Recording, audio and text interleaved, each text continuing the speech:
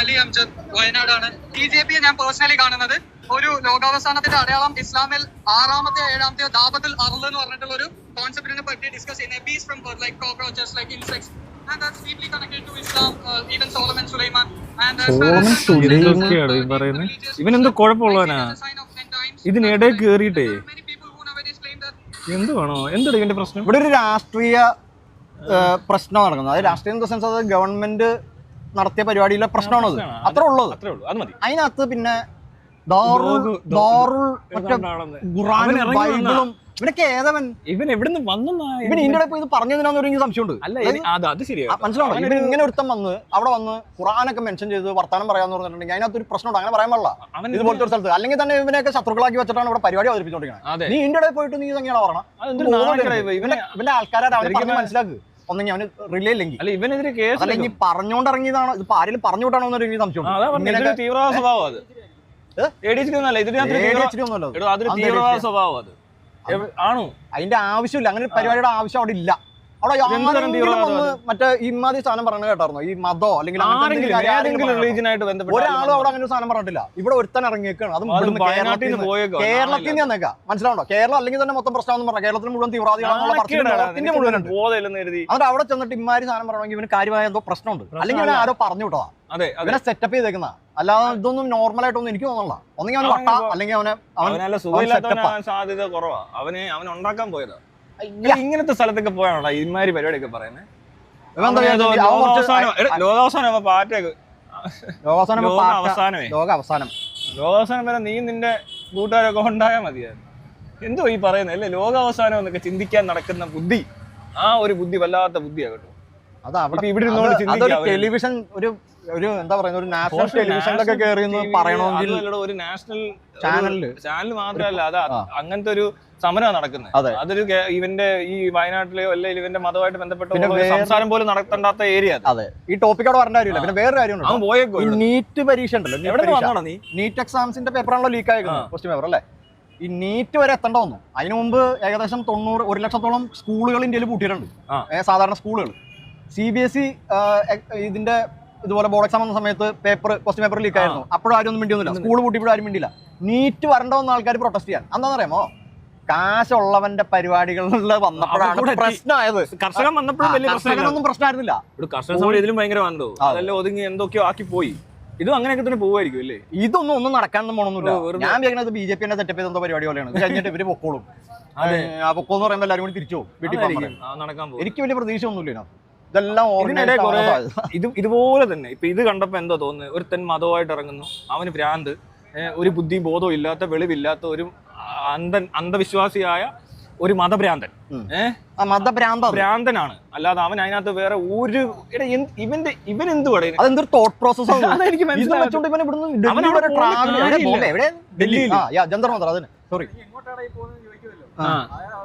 അതാ നീ എന്തിനാ ഇവിടെ വന്നാന്നാ ചോദിക്കുന്നത്? നീ എന്തിനാ ഇങ്ങോട്ട് വരുന്നത്? എനിക്കറിയത്തില്ല. ഇവൻ എന്തിനാ വന്നത് ഇവിടെ? അവനത് ഇവന്റെ നടക്കുന്ന സമരം ജനാധിപത്യമായിട്ട് ബന്ധപ്പെട്ടാ, അല്ലാതെ ഇസ്ലാമായിട്ട് ബന്ധപ്പെട്ടിട്ടല്ല. മനസ്സിലായോ? അത്രയും മനസ്സിലാക്കാനുള്ള ബോധം പറയുന്നത്. അതിന് ബോധം ഇല്ലാത്തവന്മാര് കുറെ എണ്ണം ഈ ഇസ്ലാം മതത്തിലുണ്ട്, ഇഷ്ടം പോലെ ഉണ്ട്. വേറെ ഒരു മതക്കാരനും ഇല്ലാത്തൊരു പ്രശ്നം കണ്ടോ? അത് ചെയ്യരുത്. അത് ചെയ്യുന്നോണ്ട് ഉണ്ടാകാവുന്ന അവൻ ഇറങ്ങി വന്നത് പോലും ആരെങ്കിലും സെറ്റപ്പ് ചെയ്താണോ എന്ന് എനിക്ക് ഡൗട്ട് ഉണ്ടെന്നായിരിക്കും. ഇവന്മാരുടെ തലയിൽ ഇതല്ലേ വരത്തുള്ളൂ. കേരളത്തിൽ വർഗീയത പറയാൻ പോയത് ഇതാണ് വർഗീയത. ഇതൊരു വർഗീയത തന്നെയാണ്. ആവശ്യമില്ലാത്ത ലീഗിന്റെ കൊടി കണ്ടിട്ട് നോർത്ത് മുഴുവൻ, കേരളം മുഴുവൻ മറ്റേ പാകിസ്ഥാൻ കൊടി പറത്തിന്ന് പറഞ്ഞ് പ്രചരിപ്പിച്ച സാധനമുണ്ട് എന്ന് പറഞ്ഞാൽ ഒരുത്തൻ ചെന്ന് പറഞ്ഞാൽ എന്ത് തീട്ടത്തരം പറഞ്ഞാലും കുഴപ്പമില്ലടോ.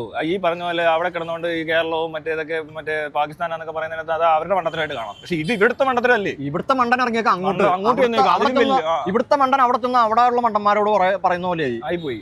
അതുമല്ലോ ഇങ്ങനെ ഒരു അവസരത്തിൽ ഒന്ന് ചിന്തിച്ചു നോക്കാനുള്ള ബുദ്ധി ഇല്ലാതെ വന്നെന്ന് പറഞ്ഞാൽ തന്നെ നോർത്തു. അവന്റെ സെൻസ് അവനൊന്നും അത് മനസ്സിലാവുന്നില്ല. അവന് ഇത് മാത്രം മനസ്സിലാവുന്നുള്ളൂ. അവനെല്ലാം കണക്ട് ആവുന്ന ഇങ്ങനെയാ ചിന്തിക്കുന്ന മുഴുവൻ ഇങ്ങനെ ഇതിന്റെ ഉള്ളിക്കടെ പോകുള്ളൂ.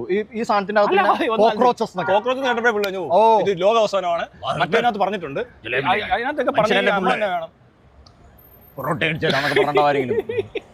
അവന് സംഭവം മനസ്സിലായിട്ടില്ലല്ലോ.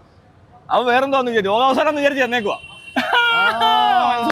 പുള്ളി ലോകം അവസാനിക്കുന്നതിന് എന്താ പറഞ്ഞിട്ടുണ്ടെങ്കിൽ മനസ്സിലായി. ലോകാവസാനത്തിന്റെ സമയത്ത് നിന്ന് കഴിഞ്ഞിട്ടുണ്ടെങ്കിൽ ഖുർആൻ പറയുന്ന അനുസരിച്ചിട്ട് അവസാനം ജീസസ് വരുമെന്നാണല്ലോ ബൈബിളും ഖുറാനൊക്കെ പറയുന്നത്. അപ്പൊ ജീസസ് വരുമ്പോഴേക്കും ജീസസിന്റെ കൂടെ ഇവിടുന്ന് മറ്റേ മുകളിലോട്ട് കയറിപ്പാനാ മാതാവും ജീസസും പിന്നെ ആരാണ്ടൊക്കെ വരും. പേരിൽ ചെറിയ വ്യത്യാസം ഉണ്ടെന്നുള്ളൂ.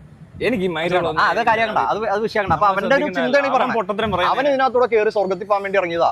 വേറെ കാര്യം വിചാരിച്ചത് മൊത്തം ലോകം അവസാനിക്കാൻ പോവാന്ന്. മനസ്സിലായി. ലോകാവസാനം വെളിവില്ലാത്തവന്റെ അടുത്ത് മൈക്കും കൊണ്ട് പോയിട്ട് അതൊക്കെ പബ്ലിഷ് ചെയ്തത് അതും ഒരു ചതിയായി പോയി. ഈ ഇതേപോലെ തന്നെ വർഗീയത ഇളക്കാൻ പറ്റുന്ന സാധനമൊക്കെ പറയുന്ന ആരറ്റ് ഈ ആ ചാനലുകാരെ അതിന് സൂപ്പർ കേട്ടോ. സൂപ്പർ. നിങ്ങളാണ് ആൾക്കാർ കേട്ടോ. നിങ്ങളെ സംബന്ധിച്ചാണ്. ബാക്കിയെല്ലാം പോട്ടെ, അവന്റെ ഭ്രാന്ത് പോട്ടെ, ഇവിടെ നടന്ന എല്ലാം പോട്ടെ. ചാനൽ എങ്ങനെ ഉണ്ട്?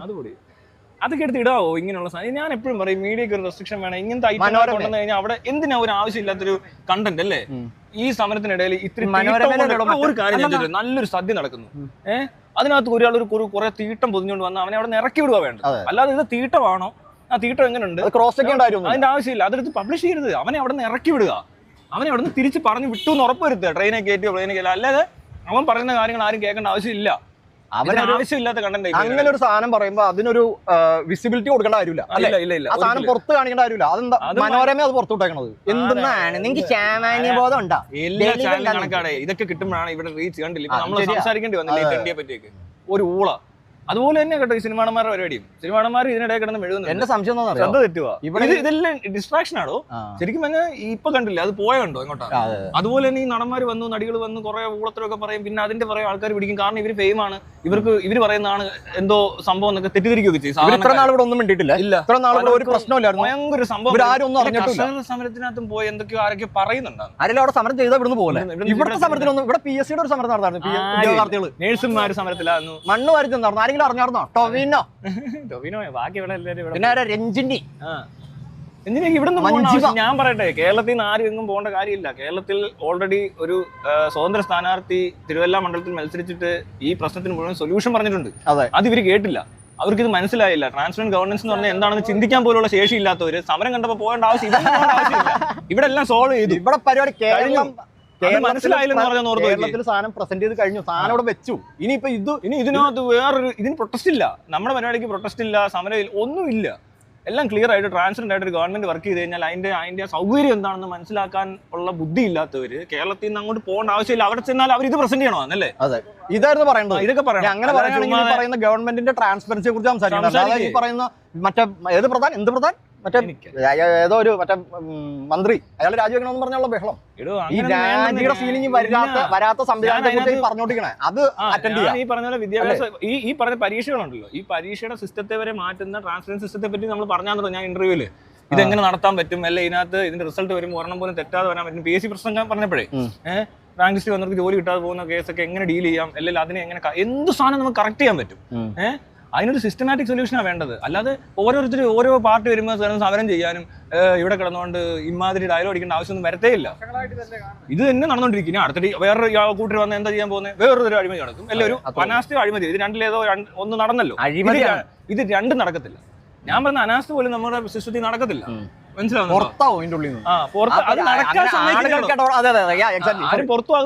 ഇതിനകത്ത് അങ്ങനെ ഒരു എന്തെങ്കിലും സർവൈലൻസ് ആയിട്ട് മൊത്തം പരിപാടി. ഈ പറഞ്ഞ സിസ്റ്റം എല്ലാം സർവൈലൻസ് നിൽക്കേണ്ടതാണ്, പബ്ലിക് അറിയേണ്ടതാണ്, പബ്ലിക്കിന് ഓഡിറ്റ് ചെയ്യാൻ പറ്റേണ്ട ഏരിയ ആണ്. ഓഡിറ്റ് മാത്രമല്ല, ടൈം ടു ടൈം അപ്ഡേറ്റ് വരുന്ന സമയത്ത് ഒരു കാരണവശാലും ഇങ്ങനത്തെ പ്രശ്നം ഉണ്ടാവത്തില്ല.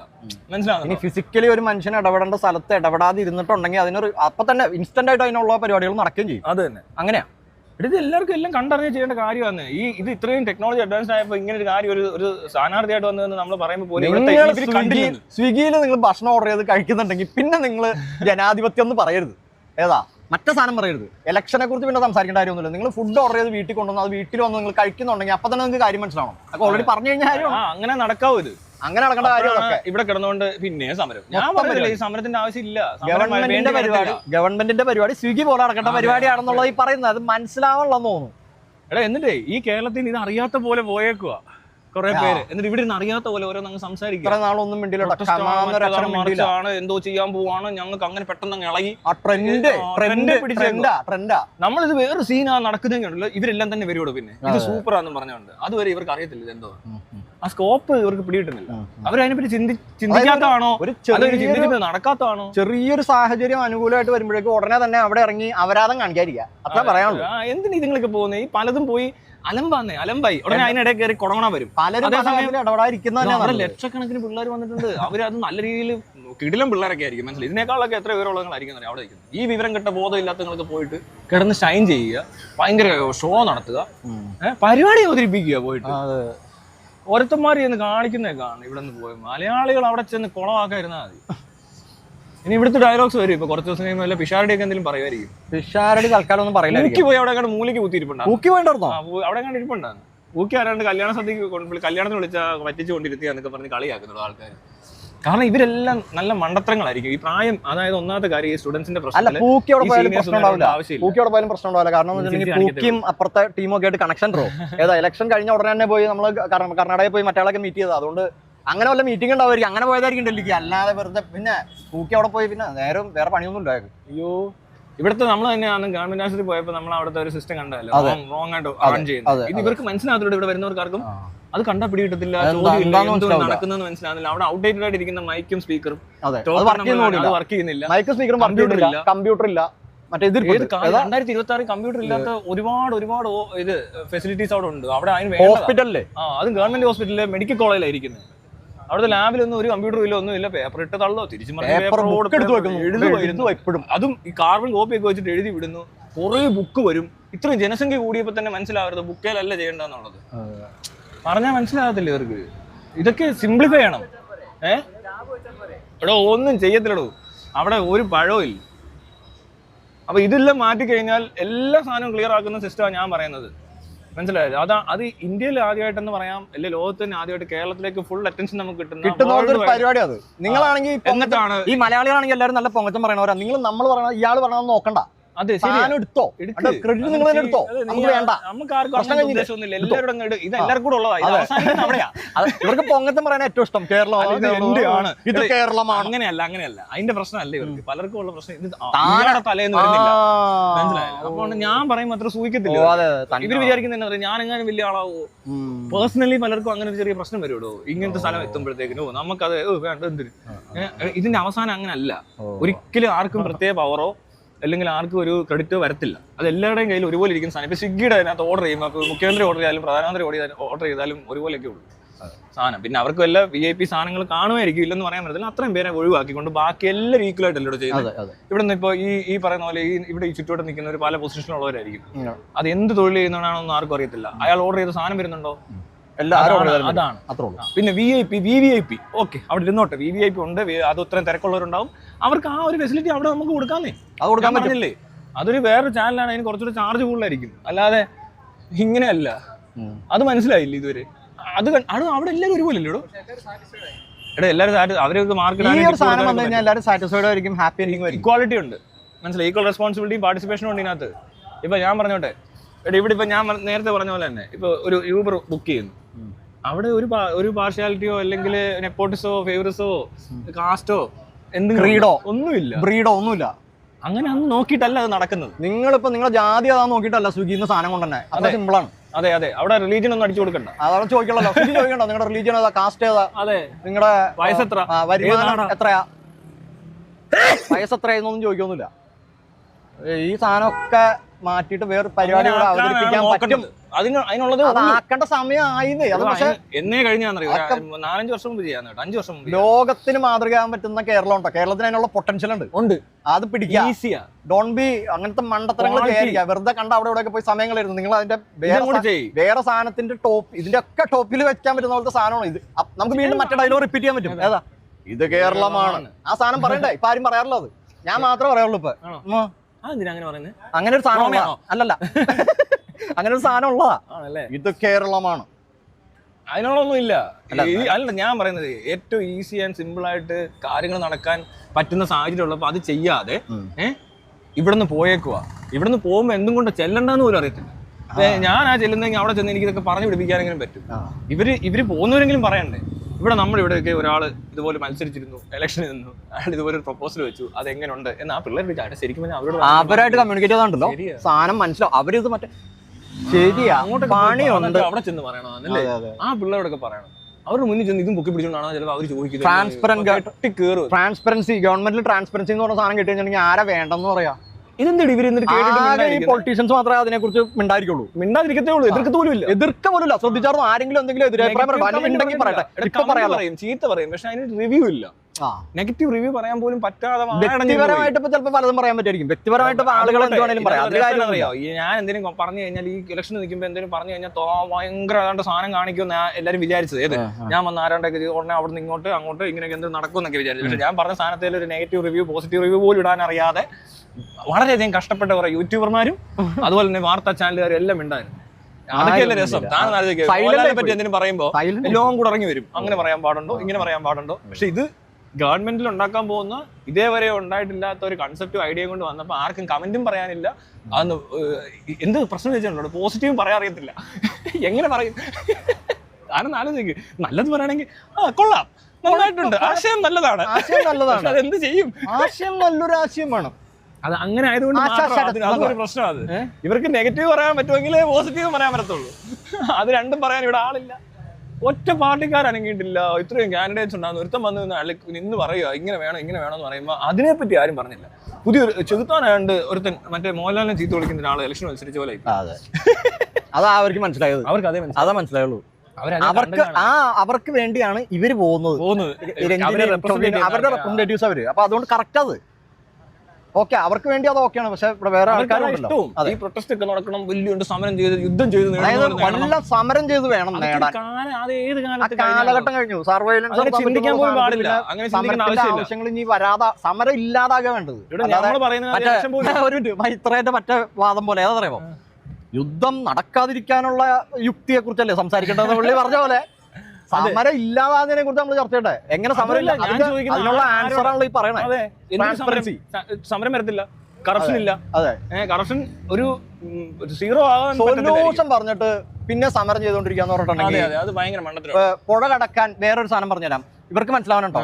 പുഴ കടക്കാൻ ഒരു വള്ളം വേണം നമുക്ക് കടന്നു പോകാൻ. പുഴ കടന്നതിന് ശേഷം വള്ളം എടുത്ത് തലയിൽ വെച്ചുകൊണ്ട് പോകുന്ന പോലെയാണ് ഈ പരിപാടി. ഇപ്പോഴത്തെ സമരം ഇവിടെ ആൻസർ വെച്ചിട്ടുണ്ട്. അത്ര ഉള്ളൂ, അതങ്ങോട്ട് എടുത്താൽ മതി. ചുമക്കേണ്ട കാര്യമില്ല. സമരം ഒന്നും ഇനി ചുമക്കേണ്ട കാര്യമൊന്നുമില്ല. ഇല്ല. ഇതിന് പോയി ഒരാൾ മരിച്ചു, ഒരു പെൺകൊച്ച് മരിച്ചു, സമരത്തിന് പോയിട്ട് മരിച്ചു. അക്രമമില്ല, പോലീസിന്റെ പണി വേറെയാ. പിന്നെ അത് ഗവൺമെന്റ് ആരും പറയണ്ടല്ലോ, ഇന്ത്യൻ ഗവൺമെന്റ് ആരും പറയണ്ട. എടോ, ഏറ്റവും സിമ്പിൾ ആയിട്ട് പറഞ്ഞുതരാം. അതായത് ഈ പറഞ്ഞ സാധനം ഉണ്ടല്ലോ, അതിനകത്ത് ആദ്യത്തെ വരുന്നത് നമ്മുടെ ഹെൽത്ത് വരും, നമ്മുടെ ഇൻഫ്രാസ്ട്രക്ചർ വരും, ട്രാൻസ്പോർട്ടേഷൻ വരും, എൻവയൺമെന്റ് വരും, എല്ലാത്തിന്റെയും വെൽബീയിങ് വരും, സസ്യവൃഷ്ടാദികൾ, സസ്യലതാദികൾ എല്ലാം കൺസേൺഡ് ആണ്. അല്ല, എല്ലാ കൺസേൺ ഇതിനകത്തുണ്ട്. ലതാ മങ്കേഷ്കർ അല്ലാതെ ഇത് ഉമ്മാതെ ഇവരോട് പറഞ്ഞിട്ട് കാര്യമില്ല.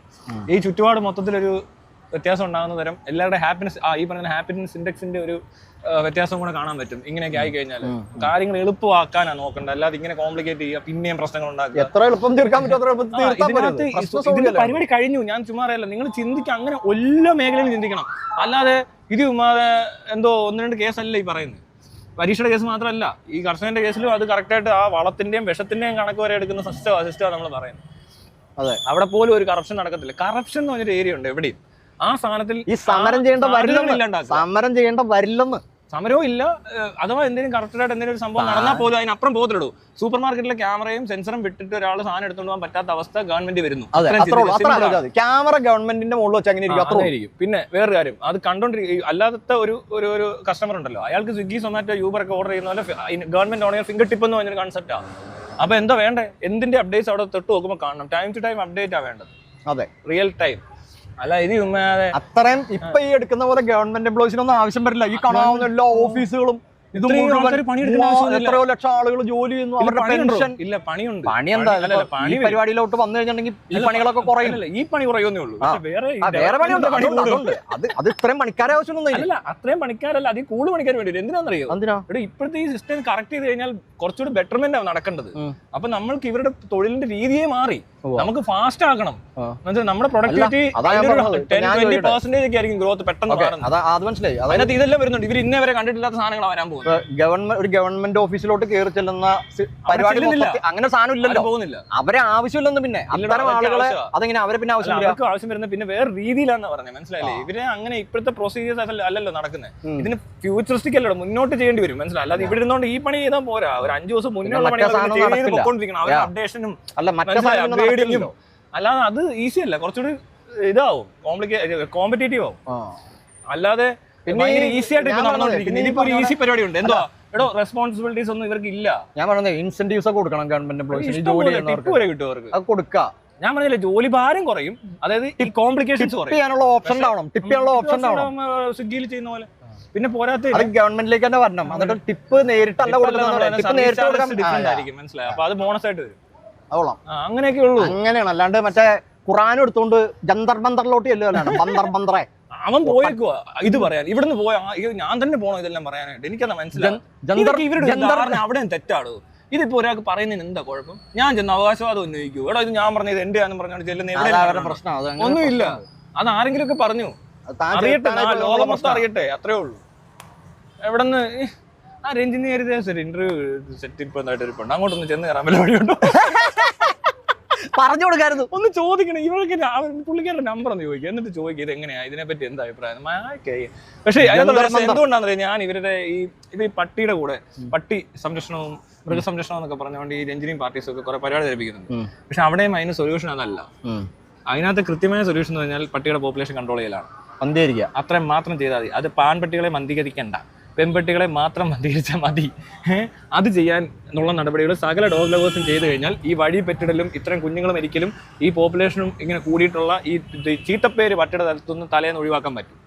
അത് ചെയ്യാതെ ഡോണ്ട് ബൈ അഡോപ്റ്റ് എന്നൊക്കെ പറഞ്ഞ സാധനങ്ങളായിട്ടൊക്കെ വന്നാൽ അതൊക്കെ കേൾക്കാൻ രസമുണ്ടെന്നേ ഉള്ളൂ, പക്ഷേ സൊല്യൂഷൻ അല്ല.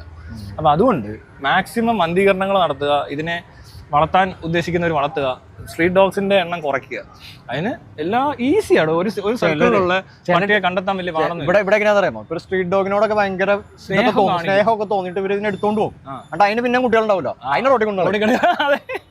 അതാ പ്രശ്നം. ആ ടീം ഇവിടെ ഉള്ള മുഴുവൻ ആദ്യം ഒന്നും എടുക്കുന്നത് അത് പ്രസവിച്ച് കഴിഞ്ഞാൽ പിന്നെ ഇവർ എന്ത് ചെയ്യുമെന്ന് അറിയത്തില്ല. എന്നാൽ അവരെ അതിനെ മന്ദീകരിക്കുന്ന രീതിയിൽ ഒന്നും ചെയ്യത്തുമില്ല, വെച്ചോണ്ടിരിക്കും. ഈ പൂച്ചയടക്കം മന്ദീകരിക്കണം. ഈ പെൺപൂച്ചയൊക്കെ പൂച്ചകൾ പാവയിലാണെന്നോട്ടെ, വേറെ ശല്യമൊന്നുമില്ല. ചാകൂടോ അത് ചത്തോട്ടെ, എന്തിന്? പാവങ്ങളല്ലേ അവര്, വേറെ ഇടപെടണമൊന്നുമില്ല. എന്തിന് ഈ ചോട്ടയുടെ മോരെ ഓടിച്ചിട്ട് കടിക്കണമെന്നില്ല പൂച്ച. ഇവിടെ പൂച്ച ചാവില്ല. കൊച്ചു പൂച്ചയൊക്കെ വണ്ടി കയറി ചാവുന്ന അരഞ്ഞിടക്കുന്ന കാണുമ്പോൾ ഒരു ഇത് തോന്നത്തില്ല. പിന്നെ വിഷം വെച്ച് കൊല്ലുന്നുണ്ടെന്ന് ആൾക്കാർ പൂച്ചയൊക്കെ. അതിന്റെ ആവശ്യം വരത്തില്ല. വളർത്തേണ്ടവർ ഇഷ്ടം പോലെ പേര് ഇവിടെ വളർത്തിക്കൊണ്ടിരിക്കുക. താല്പര്യമുള്ളവരുണ്ട്, അവർ വളർത്തിക്കോട്ടെ. പിന്നെ സ്ട്രീറ്റ് ഡോഗ്സ് ഉള്ളത് അവിടെ നടന്നോട്ടെ. അതിനും വേറെ സൊല്യൂഷൻ ഞാൻ പറയാം. സ്ട്രീറ്റ് ഡോഗ്സിനെ നമ്മൾ പോലീസ് നായ്ക്കളായിട്ട് ട്രെയിൻ ചെയ്യുന്ന ഒരു പരിപാടി ഞാൻ പറഞ്ഞിട്ടുണ്ട്. മനസ്സിലായില്ലേ? അത് ഈസിയാ. ട്രെയിനിങ് കൊച്ചു പട്ടികളെ എടുത്തോണ്ട് പോയി ട്രെയിൻ ചെയ്ത് കഴിഞ്ഞാൽ ഇവിടുത്തെ ഒറ്റ മോഷണം പിടിച്ചവരെ നടക്കത്തില്ല. ഒരു വെങ്കൊച്ചിനെ പോലും ഒന്നും നടക്കത്തില്ല. റോഡിൽ നല്ല വീടിനകത്ത് കിടന്നാൽ പോലും ആ വീടിന് മുന്നിൽ ചെന്ന് കുറയ്ക്കണമെന്നാണ് പട്ടിയോടുള്ള കമാൻഡ്. അത് പട്ടികൾ കൃത്യമായിട്ട് ചെയ്യും. ഒരു 12 കമാൻഡ് പഠിക്കത്തുള്ളെങ്കിൽ ആ 12 ഒരെണ്ണം ഇതായിരിക്കും. എന്ത് ഈസിയാന്നറിയോ? ഒരു കൊച്ചിനെ ഒന്നും ചെയ്യാൻ സമ്മതിക്കത്തില്ല പട്ടികൾ. തെന്നിപ്പോയല്ലേ? പട്ടികളെ പറ്റി പറയുമ്പോൾ പട്ടി ഹറാമാണ്. അയ്യോ, പട്ടി ഹറാമോട് പറയാൻ കൊള്ളത്തില്ല. ഈ വീഡിയോയിൽ തന്നെ അത് പറഞ്ഞുകൊണ്ട് കുഴപ്പമുണ്ടാവും. അപ്പൊ അവന്റെ കാര്യം പറഞ്ഞിട്ട് പിന്നെ നമ്മൾ പട്ടിയെ കുറിച്ച് പറയുമ്പോൾ ഇല്ല, പട്ടി അവർക്ക് ആ രീതി പറയുമ്പോൾ അവൻ പറയും, എന്നിട്ട് പറയും പട്ടി ഹറാമാണ്. പട്ടി ഹറാമല്ല. അല്ല, ഞാൻ ഗൾഫിലൊക്കെയുള്ള അറബികളിലൊക്കെ വീട്ടിൽ ഇഷ്ടംപോലെ പട്ടികളുണ്ട്, നല്ല ഹോസ്പിറ്റലുണ്ട്. അവിടെ സ്ട്രീറ്റ് ഡോഗ്സിന് വലിയ കൊലപാതകവും നടക്കുന്നില്ല. അവരതൊക്കെ വളരെ വൃത്തിക്ക് മാനേജ് ചെയ്യുന്നുണ്ട്. ഇവിടെയാണ് പ്രശ്നം. അറബികൾക്കില്ലാത്ത പ്രശ്നം ഇവിടെ ഉള്ളവർക്ക് കാശില്ലാത്തതിന്റെ പ്രശ്നം. കാശില്ലായ്മയല്ലോ ഇതൊരു, എന്താ പറയാ, നമ്മളിപ്പോ ഇവിടുത്തെ ക്രിസ്ത്യാനികളുടെ കാര്യം പറഞ്ഞ പോലെ തന്നെയാ.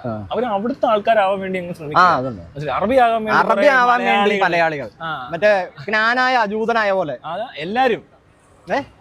അറബിയുടെ വേറെ സാധനം കേൾക്കണോ? അതായത് ഇവിടെയുള്ള മുസ്ലിങ്ങൾ, ഇവിടെ ചില വിശ്വാസികൾ സുഹൃത്തുക്കളുണ്ട്, അവര് പറയാണ് മറ്റേ അവിടുത്തെ സൗദി അറേബ്യ ഒന്നും ഈ പറഞ്ഞ പോലെ ഒന്നും അതൊക്കെ പോയി, സൗദി അറേബ്യൊക്കെ വിട്ടു, അവരെയൊന്നും ഇനി നോക്കണ്ടെന്ന്. അതായത് നമ്മളാണ് ഇനിയിപ്പോ കാര്യങ്ങളൊക്കെ തീരുമാനിക്കുന്നത്, നമ്മൾ മാത്രം ബാക്കിയുള്ളൂ എന്നുള്ള പോലത്തെ സാധനം. മനസ്സിലാവും?